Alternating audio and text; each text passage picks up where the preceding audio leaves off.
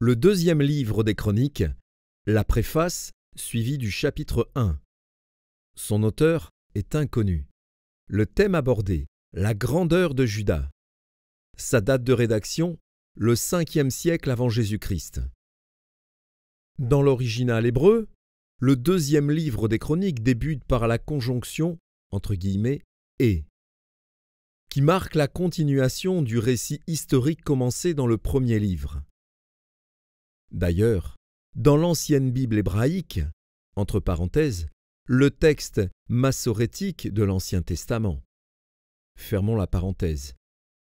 1 et 2 Chroniques ne formaient qu'un seul livre.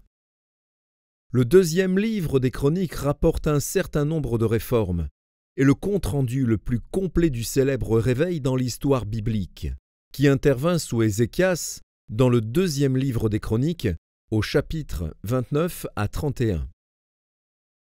Le livre peut être divisé en 2 sections. La première, le règne de Salomon, le récit détaillé de la construction et de la dédicace du temple, chapitres 1 à 9.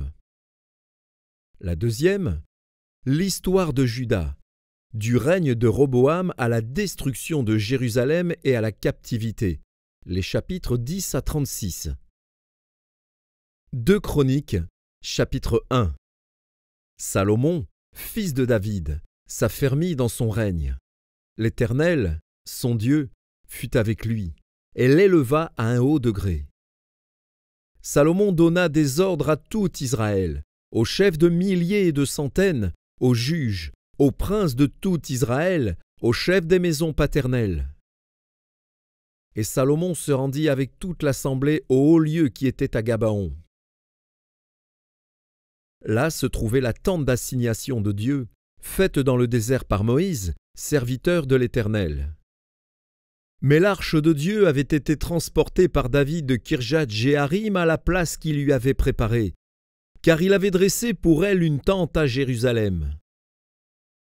Là se trouvait aussi, devant le tabernacle de l'Éternel, l'autel d'airain qu'avait fait Beth-Saléel, fils d'Ouri, fils de Our. Salomon et l'assemblée cherchèrent l'Éternel, et ce fut là, sur l'autel d'airain qui était devant la tente d'assignation, que Salomon offrit à l'Éternel 1000 holocaustes.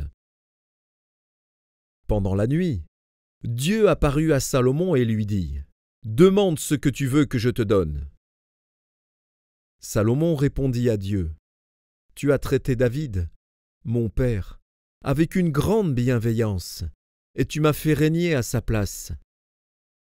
Maintenant, Éternel Dieu, que ta promesse à David, mon père, s'accomplisse, puisque tu m'as fait régner sur un peuple nombreux comme la poussière de la terre. Accorde-moi donc de la sagesse et de l'intelligence, afin que je sache me conduire à la tête de ce peuple. Car qui pourrait juger ton peuple, ce peuple si grand ? Dieu dit à Salomon : « Puisque c'est là ce qui est dans ton cœur, puisque tu ne demandes ni richesse, ni des biens, ni de la gloire, ni la mort de tes ennemis, ni même une longue vie, et que tu demandes pour toi de la sagesse et de l'intelligence afin de juger mon peuple sur lequel je t'ai fait régner, la sagesse et l'intelligence te sont accordées. Je te donnerai, en outre, des richesses, des biens et de la gloire, comme n'en a jamais eu aucun roi avant toi et comme n'en aura aucun après toi. » Salomon revint à Jérusalem après avoir quitté le haut lieu qui était à Gabaon et la tente d'assignation. Et il régna sur Israël. Salomon rassembla des chars et de la cavalerie. Il avait 1400 chars et 12 000 cavaliers qu'il plaça dans les villes où il tenait ses chars et à Jérusalem près du roi. Le roi rendit l'argent et l'or aussi communs à Jérusalem que les pierres, et les cèdres aussi communs que les sycomores qui croissent dans la plaine. C'était de l'Égypte que Salomon tirait ses chevaux.